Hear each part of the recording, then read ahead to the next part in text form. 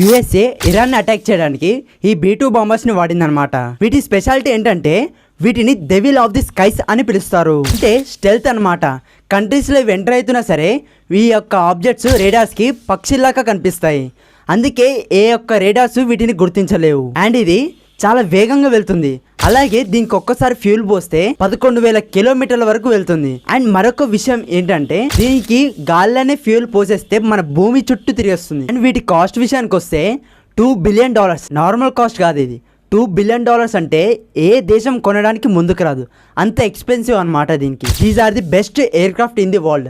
ఎందుకంటే దీని డిజైన్ విషయానికి వస్తే దీని యొక్క డిజైన్ కంప్లీట్లీ ఒక పక్షిలాగా ఉంటుంది. అండ్ ఇంతవరకు మన వరల్డ్ లోనే ఏ డిజైన్ దీన్ని పోల్చలేకపోయింది. వీటిని వాడి యుఎస్ఏ ఇరాన్ పైన ఈ యొక్క B2 బాంబర్స్ తో న్యూక్లియర్ సైట్స్ మీద అటాక్ చేసింది. ఇరాన్ ఏమో వీటిని అసలు గుర్తించలేకపోయింది. మన దేశంలోకి ఎంటర్ అయినా లేదా కూడా అది గుర్తించలేకపోయింది. అంత పవర్ఫుల్ అనమాట. అమెరికా ఈ B2 బాంబర్స్ తో ఇరాన్ పైన న్యూక్లియర్ సైట్స్ ఎక్కడైతే ఉన్నాయో వాటిపై అటాక్ చేసి మరి రిటర్న్ వచ్చేసింది. అండ్ మరొక విషయం ఏంటంటే ఇరాన్ కూడా ఈ యొక్క B2 బాంబర్స్ ఎంటర్ అయితే కూడా గుర్తించలేకపోయాయి. వాటి రేడార్స్ గుర్తించలేకపోయాయి. వాటి సిగ్నల్స్ ఏవి గుర్తించలేకపోయినాయి. ఈ B2 బాంబర్స్ ని అసలు కనిపెట్టలేకపోయాయి. సైలెంట్ గా వచ్చి అటాక్ చేసి ఆ ఒక్క న్యూక్లియర్ సైట్స్ మీద అటాక్ చేసి మరి వెళ్ళిపోయారు. B2 బాంబర్స్ గురించి మీ అభిప్రాయం అంటే కింద కామెంట్ చేయండి. ఇలాంటి మరిన్ని ఇన్ఫర్మేటివ్ కంటెంట్ కోసం మన ఛానల్కి సబ్స్క్రైబ్ చేయండి.